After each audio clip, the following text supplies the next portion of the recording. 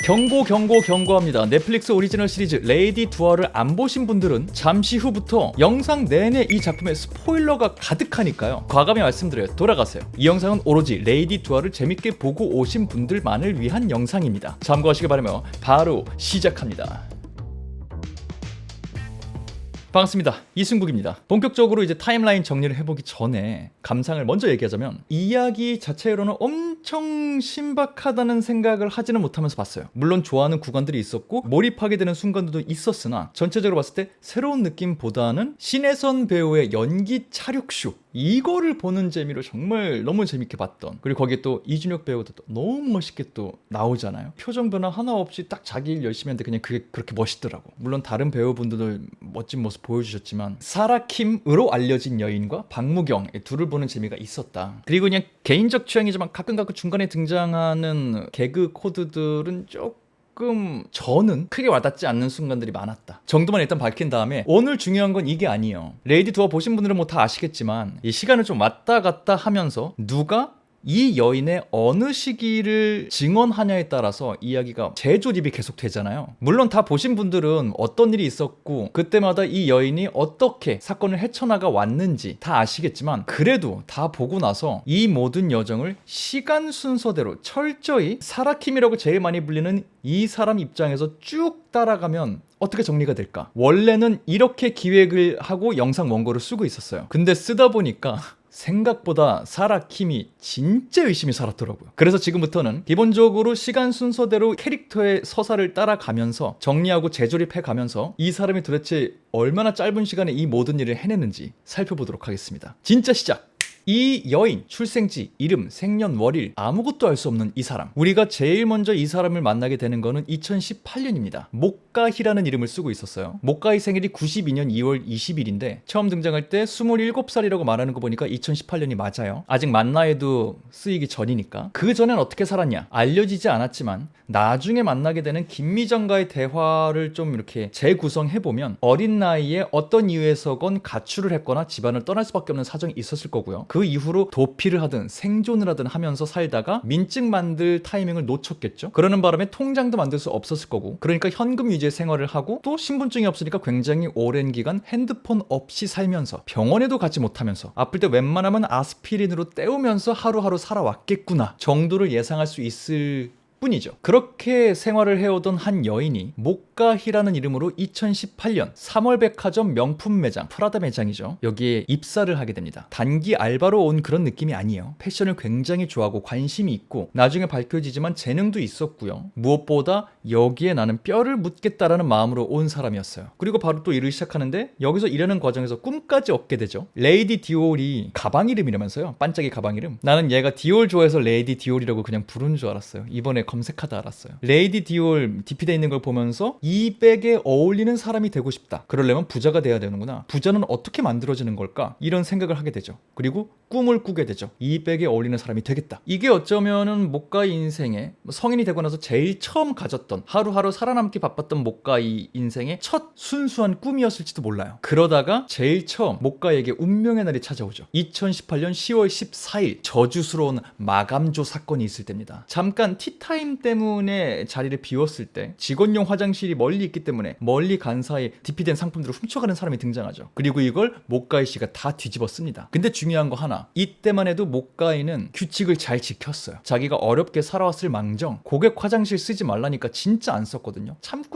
참다가 마감 시간 때면 사실 고객이 많이 없을 텐데도 그래도 규칙을 지켜서 직원 화장실에 가는, 규칙을 준수하려고 노력하는 사람이었어요. 이때까지만 해도. 그리고 그 어떤 순수했던 마음이 나 억울하다고 눈물 흘리는 장면에서 그대로 보여지죠. 고객 화장실 못 쓰게 하면서 이거 너무한 처사 아니냐, 울 때 착한 마음이 남아있는 사람의 표정이 좀 보였다고 저는 느꼈어요. 하지만 뭐 직원들은 이런 거 절대 봐주지 않죠. 상사는 네가 물어내면 돼. 5천만 원. 이때부터 이제 목가희 인생이 굴러 떨어지기 시작합니다. 그러면서 이제 우리가 드라마에서 봤던 여러 일들이 막 벌어져요. 강아지가 탄 유모차에 치였는데 뭐 말도 못해. 돈 받고 타투이스트 유망주들에게 그냥 실험 대상 되어줘. 설거지하면서 거기 남은 음식 막 핥아먹어. 잠시 쉬는 시간을 갖기 먹기 위해서 담배를 억지로 배워. 그러면서 또 이 즈음에 또 그 얘기도 합니다. 태어난 순간부터 내 삶은 잘못됐다. 그러다가 무슨 일이 벌어져요? 기적 같은 패밀리 세일 심부름을 가게 되죠. 그리고 거기서 유레카, 동료들이 나 좀 도와주겠다고 모은 자그마한 금액의 돈, 이것까지 활용해서 최대 90% 세일하는 요 명품도 사가다 되팔면 돈 많이 벌 수 있겠다. 근데 그게 생각만큼 잘 안 되죠. 그러다가 고객 화장실에서 우연히 엿들은 젬마라는 인물을 알게 되고요. 그 사람이 올린 피드 사진을 가져다가 자기 얼굴을 합성해서 사진을 다시 올리니까 수요가 급증하기 시작해요. 여기서 주목할 거 하나, 이때쯤부터 이미 모카이는 변하고 있었다. 규칙을 어기기 시작하죠. 고객 화장실을 쓰기 시작해요. 그리고 젬마의 사진을 도용한 순간부터, 물론 모카히라는 이름도 가짜였겠지만 누군가의 신분을 도용한 거일 수도 있겠으나, 이때부터 본격적으로 남이 만들어낸 무언가를 가져다가 자기 입맛대로 바꿔서 자기 돈을 버는데 활용하기 시작합니다. 서서히 변화가 크게 찾아오기 시작했어요. 그리고 이때가 언제다? 첫 번째 수요가 급증하던 날, 댓글들 날짜 보면은 2018년 11월 20일 마감조 사태가 벌어지고 약 한 달 뒤에 벌어진 일이에요. 그렇게 생각하면 보다 모카히가 그렇게 고생하며 지냈던 거, 물론 그 한 달 지옥 같았겠지만 생각만큼 그렇게 오랜 시간 고통받은 거 아니다. 그리고 이미 패밀리 세일 간 상태였고 젬마 사진을 통해서 이제 본격적으로 팔기 시작한다. 돈 맛을 알기 시작했다. 그렇게 돈을 어느 정도 벌기 시작하죠. 나중엔 동료들의 이 사원증까지 훔쳐서 세일에 계속 참여하고, 나중에 한 12월 9일도 날짜가 나옵니다. 계속 판매를 하고 있어요. 돈을 많이 벌어요. 순식간에 5천만 원 갚고, 그러고 나니까 어떤 꿈이 생겨요? 5천만 원을 5억으로, 5억을 50억으로 불리겠다. 사채를 끌어다 씁니다. 5천만 원을. 하지만 3월 백화점도 호락호락하지 않죠. 200만 원 구매 제한이 어느 날부터 걸려요. 그럼 이제 비상이 걸렸잖아요. 바로 원금 상환하지만 이자 24% 찍고 자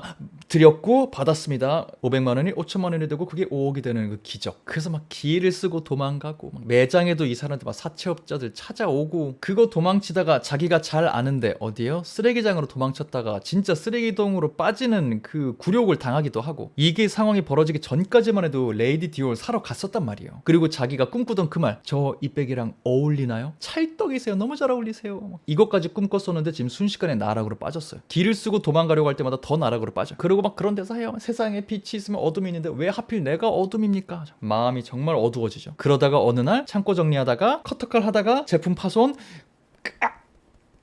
흑화, 실수로 한번 흠집냈는데 하필 또 이게 명품이었어. 벽나발 불고, 화재 경보에서 물난리 만들고, 유리창 깨서 레이디 디올 갖고 나오면서 이제 다 할 만큼 했다. 나 이 세상을 떠나겠다. 근데 떠나기 전에 내 존재를 증명하겠다. 딱 하루만 부자로 살아보고 싶다. 딱 하루라도 그렇게 살아보고 싶었던 적 없어요? 박무경이가 누구한테 그런 말 하는데 지금 이 순간 그런 마음이었던 것 같아요. 바로 청담 여신 아이디로 사람들이 보냈던 돈 5억 원 성금으로 받았던 거 인출해가지고 갖고 다니면서 이제 그 전설의 첫 번째 쇼핑 하울을 하죠. 플렉스 오브 플렉스. 그리고 이날 사라킴이라는 이름이 처음으로 등장합니다. 이 모든 게 지금 2018년 12월 26일에 벌어지는 거예요. 아니지, 크리스마스 날 이 일을 벌였겠네요. 왜냐면 밤중에 그러고 나오거든요. 밤에 파손하고 이거 하고 나온 다음에 돈을 인출해서 26일날 플렉스를 하러 갔겠네. 어쨌든 사라킴이라는, 자기 맞은편에 정여진이 보고 있던 잡지 뒤에 써있는 사라, 이걸 보고서 사라킴이라고 말했던 거, 그 이름을 처음 말했던 게 2018년 12월 26일입니다. 그리고 플렉스 막 하고 막 자선 활동하시는 분들에게 돈도 주고, 거기는 돈 다 쓰잖아요. 그리고 초록색 옷 입고 레이디 디올 하고서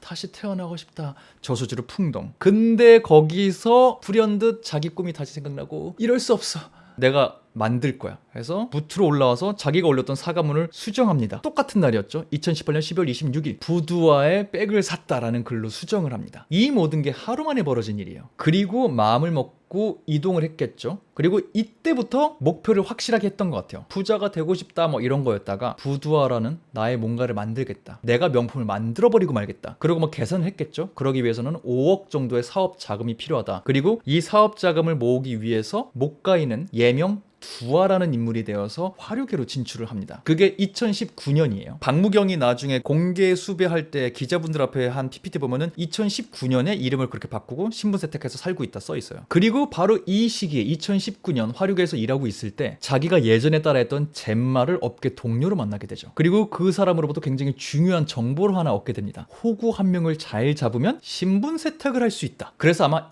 때부터였을지도 몰라요. 두아는 찾아오는 손님들 중에서 내 신분을 바꿔줄 만한 힘이 있는 사람, 근데 내가 파고들 약점이 있는 어떤 호구를 기다려 왔을지도 몰라요. 그러던 중 누군가 찾아오죠. 신부전증을 앓고 있는데 모두에게 거절당해서 신장 이식 못 받고 죽어가고 있는 홍성신. 이 사람에게 다가갔던 건 다 이유가 있었던 거예요. 처음부터. 그 마음 공략하고 이야기 들어주고 당돌하게 내가 줄게요. 대신 5억 주세요. 거래를 하자고 위장 결혼하자는 거죠. 그래서 2년짜리 계약 위장 결혼에 들어가죠. 2019년에 그렇게 살다가 홍성신을 만났고, 그리고 또 김은재라는 그 신분증 골라주잖아요, 홍성신이. 그런 다음에 두 사람은 2020년 1월 25일 두아는 86년생 김은재가 되어서 홍성신과 혼인신고를 하고 결혼식도 올립니다. 가짜 반지 끼고서. 내가 주면 진짜인 줄 알 거야. 그리고 이때 갑자기 나이가 35세로 점프하게 됩니다. 2018년에 못 가을 때 27살이었고, 그렇다면 2019년, 2020년 29살이어야 되는데 신분을 바꿨으니까 갑자기 나이가 점프를 해요. 이런 걸 생각하면 나중에 정여진이 사라킴을 만났을 때 너 진짜 38살 맞아? 20대 같아 했던 게 정확히 본 거라는 말이 되기도 하겠죠. 어쨌든 홍성신과의 결혼을 통해서 김은재는 새로운 신분뿐만이 아니라 실제 학력까지 새로 얻게 됩니다. 옥스퍼드를 졸업한 사람이 돼요. 심지어 홍성신으로부터 그동안 그가 업계에서 사채업자로 살아남으면서 터득한 거짓말의 지혜, 사람들에게 존재감을 남기는 방법, 이런 것들을 좀 전수받아요. 대화를 통해서. 그리고 또 하나 나중에 좀 섞여 나오긴 하는데, 이 시기에 홍성신이 옷 좀 쇼핑해서 입으라 그러거든요. 명품으로 좀 이렇게 잘 사고 다니라고. 그때 쇼핑하는 그 모습 나오는 게 초반부 회차에 정여진이 사라킴에 대해서 얘기하는 거. 사라킴이 쇼핑을 엄청 휘어잡고 다녔어요. 모두가 사라킴을 알았어요. 이때 등장하는 그림과 정확하게 똑같아요. 옷도 똑같고 앵글도 거의 똑같아요. 그 말은 뭐다? 정여진이 사라킴이 쇼핑을 하고 다닌다라고 생각했던 수많은 모습들 중에 상당수 기간은 김은재로 살고 있던 기간이었다. 근데 처음 정여진이 이 여자를 봤을 때 사라킴이라고 했으니까 자기는 오며가며 이 사람 보면 사라킴이라고 생각했겠지. 저는 이렇게 생각을 좀 하고 있어요. 그리고 요 시기에 피 검사를 하면서 주사 흉터가 여기저기 생기게 되죠. 그리고 이걸 보고 긁힌 사람 누구? 강지환. 이게 다 이 시기에 벌어진 일이잖아요. 위장 결혼을 2년 잘 하기 위해서 상류층 사람들과 친해져야 됐고, 그러기 위해서 상류층 사람들 사모님들과 친해져야 됐는데, 이 사모님들이 친해지니까 재미난 데 놀러 가자. 어디였어? 호스트바였어. 김은재에겐 사실 너무 익숙한 곳. 그리고 거기서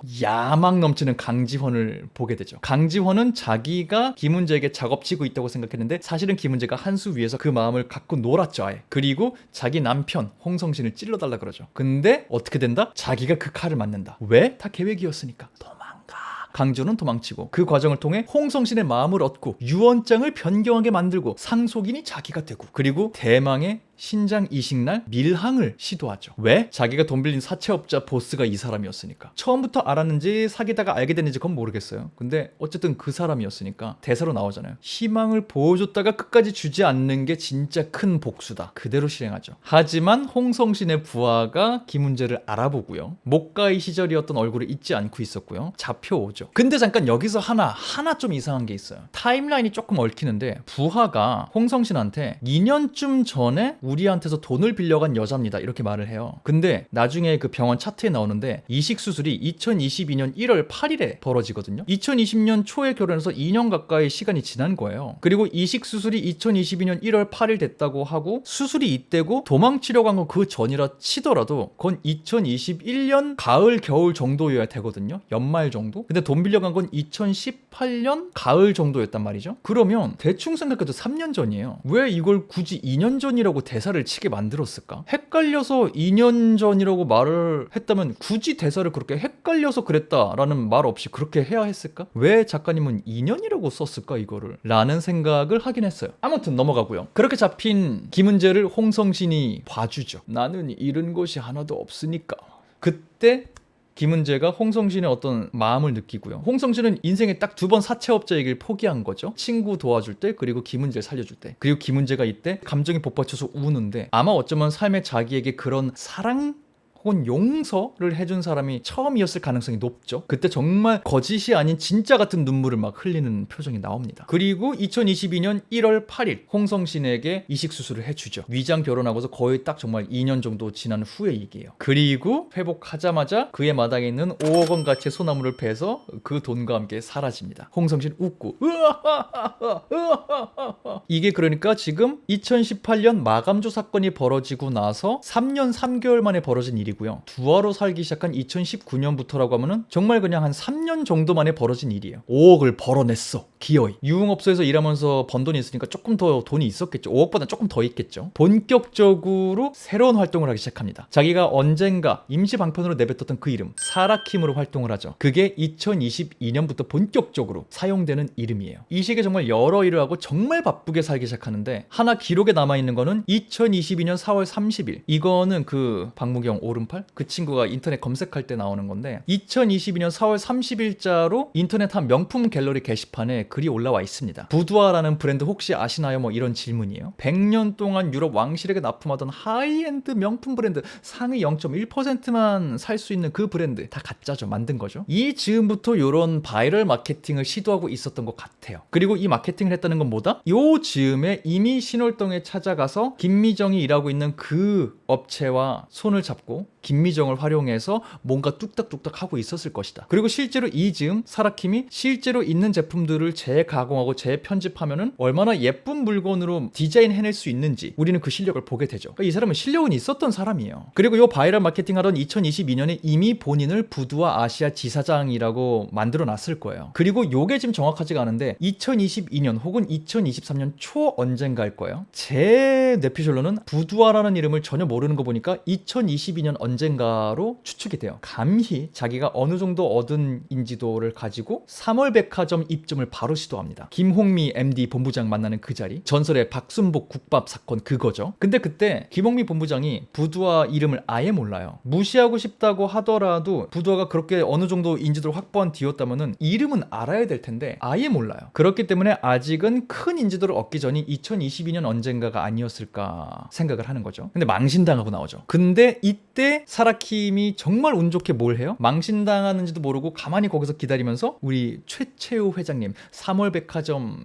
회장님의 자서전, 여명인가요? 여정인가요? 그걸 읽어요. 그러면서 공략법을 찾아내죠. 최채우 회장의 약점? 젊음 그리고 남자. 그제서야 몇 년 만에 강지원에게 찾아갑니다. 근데 사실 몇 년이라고 했지만 2020년에 홍성신과 결혼했고 그 사이에 어떤 사건이 벌어지고 강지원이 도망간 거니까 설사 2023년 초에 만났다고 해도 진짜 길게 잡아야 3년? 근데 3년일 수가 없고 짧게 잡으면 1년, 1년 반 정도? 어쨌든 오랜만에 강지원에게 가서 다시 한번 강지원을 구슬로 삶아갖고 최채호 회장에게 보내고 동시에 뭐를 해요? 이왕 강지원과 다시 뭉친 김에 강지원의 호스트 동료들 을 이용해서 부두아의 인지도를 더 올리는 입소문 마케팅 작업을 또 하죠. 상류층 그 사모님 분들을 대상으로 분위기를 계속 만들어요. 요즘 부두아가 뜬대. 그렇게 생각하면 3월 백화점에 처음 갔을 때 본인이 실패하고 나서 막 너무 조급했어 하잖아요. 진짜 조급했던 거 맞아. 입소문 마케팅도 하기 전인 거니까. 이런 바이럴 마케팅을 본격적으로 하기 시작하고 막 인터넷으로 4월에 막 글 올리고 하던 2022년 여름 사라킴은 또 바쁘게 한 사람을 공략합니다. 1화부터 맹활약하는 정여진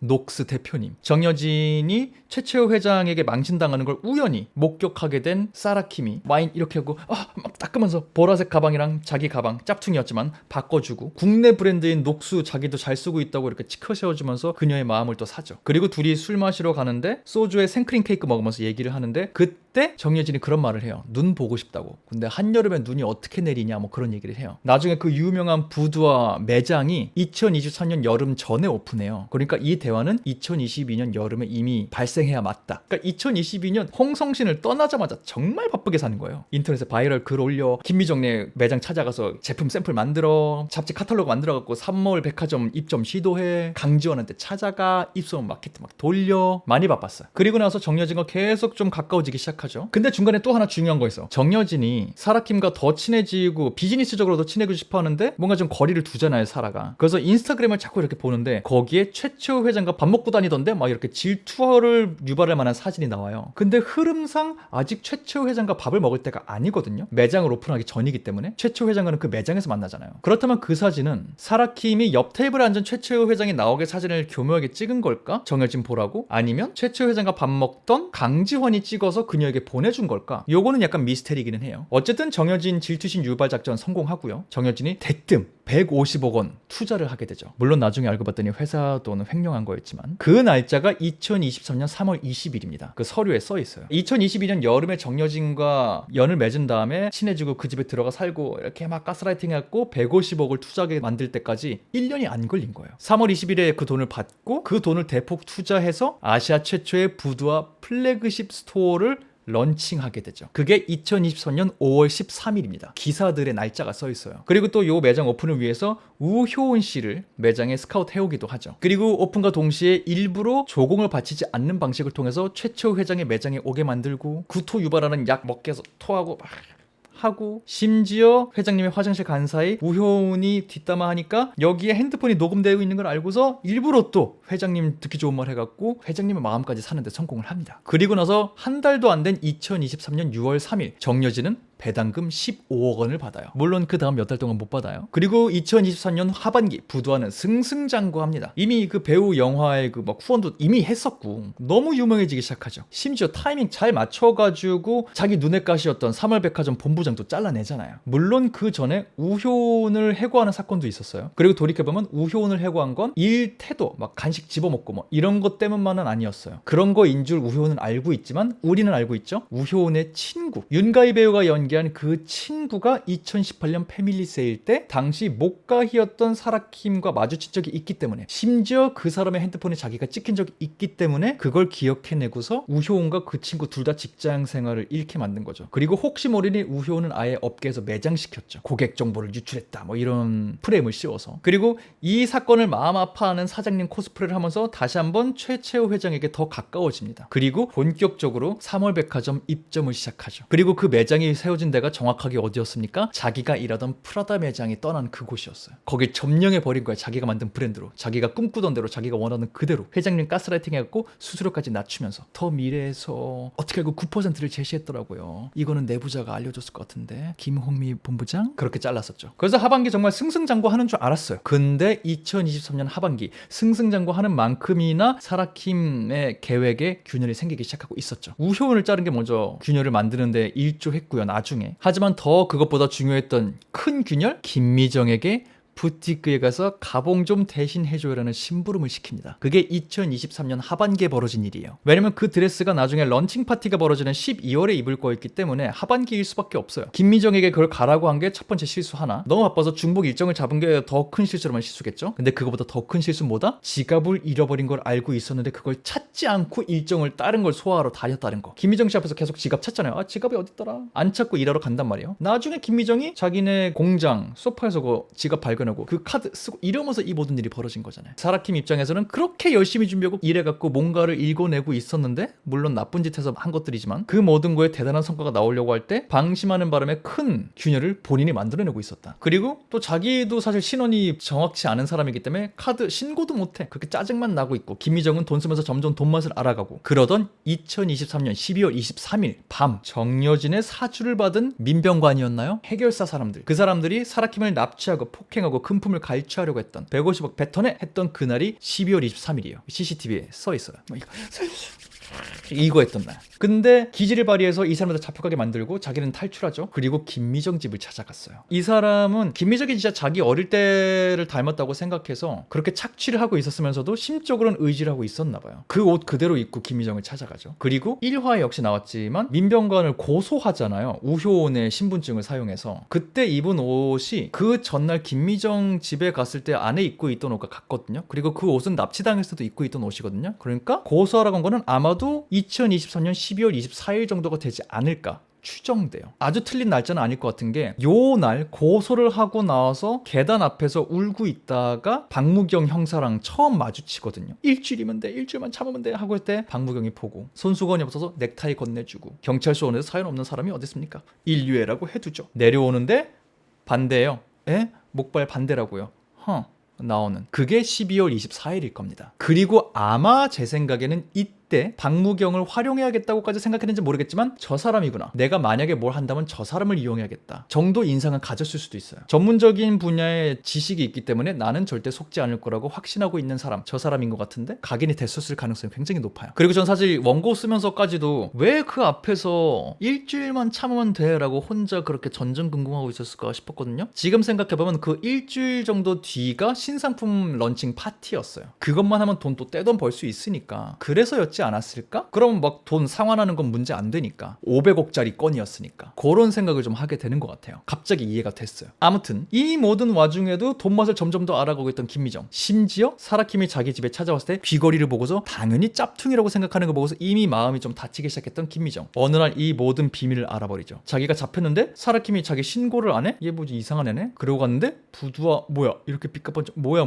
이거 다 내 건데? 나 착취당하고 있었네? 김미정 흑화, 사라킴과 말싸움, 해고, 김미정 행동. 그게 언제요? 2028년 12월 28일 강지원에게 사라킴의 공장을 찾아갈 수 있는 힌트를 주죠. 부두와 봉투 안에 메이드 인 차이나 막 이렇게 있는 그 부두와 로고 담아서 그 초반 회차에 잠깐 나와요. 강지원 얘기 나올 때. 그걸 보고 갔더니 그 안에 막 만들고 있는 모습을 내가 봤다. 사라킴이 거기 있었다. 이건 협박 아니냐 이런 얘기 하거든요. 그거 김미정이 한 거였다. 그리고 이틀 뒤 2024년 12월 30일 대망의 런칭 파티 날 행사장에서 정여진이 와갖고 사라킴은 이것도 내일 돈 돌려줄 테니까 돌아가. 그러니까 정말로 요거 지나면 돈이 들어올 거라는 확신이 있었나 봐요. 돌려보내고 배우 신소희인가 그랬죠. 배우가 막 누구 소개시켜줘서 갔는데 강지원을 만나게 되는 함정에 빠지고 강지원이 다그치지만 자기는 더 세게 말해서 강지원을 물리치고 오히려 망신 주고 그러고 최채호 회장을 만났는데 알고 봤더니 강지원이 자기 뒤통수를 쳤었고 최채호 회장과 붙어먹었고 자기는 마지막 강지원에게 도움받을 수 있는 기회를 자기가 날린 거였고 그래서 울며 겨자 먹기로 30% 수수료를 고민을 막 하고 있고 그런 상황에서 정말 기분 나쁜데 마주하게 된 최종 보스 김미정. 여기서 이제 이야기가 두 갈래가 되죠. 박무경의 추리를 믿느냐 사라킴의 진술을 믿느냐 뭔진 모르겠어요. 제 마음으로는 사라킴 쪽을 더 믿게 되는데 거기 홍성신이 등장하니까 뭐 어느 쪽을 간다 하더라도 김미정과 사라킴이 몸싸움을 벌였다. 그 과정에서 김미정이 의식을 잃고 쓰러졌다. 그리고 사라킴이 김미정의 얼굴을 못 알아볼 정도로 훼손한다. 그리고 그녀를 데려다가 백화점 아래 쓰레기통 아래 하수구에 버려뒀다. 죽도록. 이 사실은 변하지 않죠. 모두 공유되는 팩트예요. 이 모든 게 12월 30일 밤에 벌어집니다. 근데 김미정 죽지 않았잖아요. 동사했잖아요. 그리고 이 시신이 발견된 게 마지막 날 혹은 2024년 초였을 겁니다. 그리고 이 모든 일이 벌어지는 동안 박무경이 수사를 하면서 고생하고 사라킴 역시 굉장히 고심을 하고 계산을 하고 있었던 것 같아요. 체포하고 48시간 후에는 막 영장이 안 나오면 풀어줘야 된다. 다시 체포할 수 없다. 막. 그리고 자기가 했던 일 공소시효도 다 알아봤을 거고 계산이 끝났다고 생각해서 2024년 1월 12일 혹은 13일에 자진 출두를 합니다. 청담 여신 사건 공소권 종료, 재미교표 사칭, 법적 처벌 근거 없음, 학력 위조, 벌금 8만 원 정도, 건드릴 게 없어. 그리고 심지어 횡령죄를 피하고 싶었던 정여진 덕분에 사기죄를 모면합니다. 그리고 밖으로 나옵니다. 자유인이 됐어. 근데 자기 차 견인되죠. 열받아서 계단에 이렇게 앉아있는데 갑자기 박무경이 와 하수구 시신 그 살해 용의자로 긴급 체포합니다. 48시간 가동. 근데 생각해보면 이거 다 계획된 거였죠. 이것까지 계산을 하고 온 거였어요. 그래서 48시간 동안 박무경을 상대로 계속 승기를 잡아가지만 박무경이 우효원의 메모장을 활용해서 부두화를 흔들려고 했을 때 그때 딱 한 번 이성을 잃고 크게 흔들립니다. 그래서 막판의 전략을 수정하죠. 쾅쾅쾅. 정여진한테 전화해서 사라킴이 죽었으니까 사라킴의 죽음으로 부두와의 경영권은 녹수가 가져가게 될 겁니다. 시간을 보내고 자기는 와서 정말 하기 싫었는데 이 약 물고 눈물 날랑말랑 하면서 나는 사라킴이 아니라 김미정이다 라는 마지막 한 수를 두죠. 철창 안에서 생각해낸 거. 심지어 누가 했는지 병원에 본인이 그 신장 이식할 때 줬던 조직 샘플, 혈액 샘플 그게 없어지는 바람에 DNA 대조도 못하게 되는 상황. 저는 이것마저 사라킴이 했을까? 이거는 홍성신이 도와주지 않았을까? 라고 뇌피셜로 갖고는 있어요. 그래서 아까 그 증언은 사라킴 쪽을 믿고 싶다고 되는 건데 몰라요. 이건 설명이 끝까지 안 돼요. 왜 없는지. 그래서 결과적으로 박무경은 아무것도 제시할 수 없게 되어버리고 그저 선택만 하게 되죠. 당신 나를 사라킴이라고 부를 거냐? 김미정으로 해서 날 잡아넣을 거냐? 당신 내가 거짓말하고 있다는 걸 정확하게 밝혀서 나를 사라킴으로 만들 거냐? 그럼 난 풀려날 것이고 내 죄를 입증할 수가 없고 아니면 내 거짓말을 네가 알면서도 받아들여서 김미정이라고 할 것이냐? 그래서 살인죄를 씌울 것이냐? 부들부들하면서 결국 김미정이라고 조서를 쓰죠. 그렇게 사라킴은 자기 자신까지 철저히 버려가면서 자기가 만들어냈던 명품 브랜드 부두화를 지켜내는 데 성공합니다. 승리 아닌 승리를 하기는 한 거예요. 물론 복역을 하게 되긴 하지만 그게 2024년 1월의 이야기. 그리고 시간이 흘려 2024년 8월 5일 박무경은 승진을 하게 되고요. 그리고 아마 그 해로 추정이 되죠. 둘이 만나서 얘기를 하게 됩니다. 사라킴과 박무경이. 그리고 마지막에 당신 이름 뭡니까? 끝까지 말 안 하죠. 그리고 이때 박무경이 당신 없이도 부두화는 잘 흘러가고 있다라는 얘기를 했을 때 묘하게 긁힌 것 같으면 면서도 안도감 같은 어떤 이상한 감정을 좀 내비쳐요. 사실 뭐 서운하겠지. 복잡한 마음은 좀 살짝 내비치면서 다행이라고 말을 하고 끝까지 이름 말 안 하고 드라마가 끝납니다. 이 모든 여정이 6년 사이에 벌어진 일이에요. 2018년부터 2024년 사이. 그리고 사실상 그 취조 장면은 2024년 1월 중순이기 때문에 마감조 사건이었던 2028년 10월의 이야기부터 시작한다고 하면은 5년 조금 넘는 사이에 이 모든 게 벌어진 거예요. 그리고 말씀드렸죠? 본격적으로 사라킴으로 활동한 거는 2022년부터였기 때문에 2022년부터 1년은 정말 미친 듯이 바빴고요. 2018년부터의 여정을 쭉 본다 하더라도 홍성신과 위장 결혼해갖고 좀 사회생활을 하던 그 2년, 2020년부터 2022년 사이 정도를 빼면은 너무 열심히 살았더라고. 물론 편법과 불법과 나쁜 행동과 막 거짓과 막 겉모술수 다 썼지만 열심히 살았더라고요. 그래서 더 부두화를 잃기 싫었나? 고생했다, 사라킴.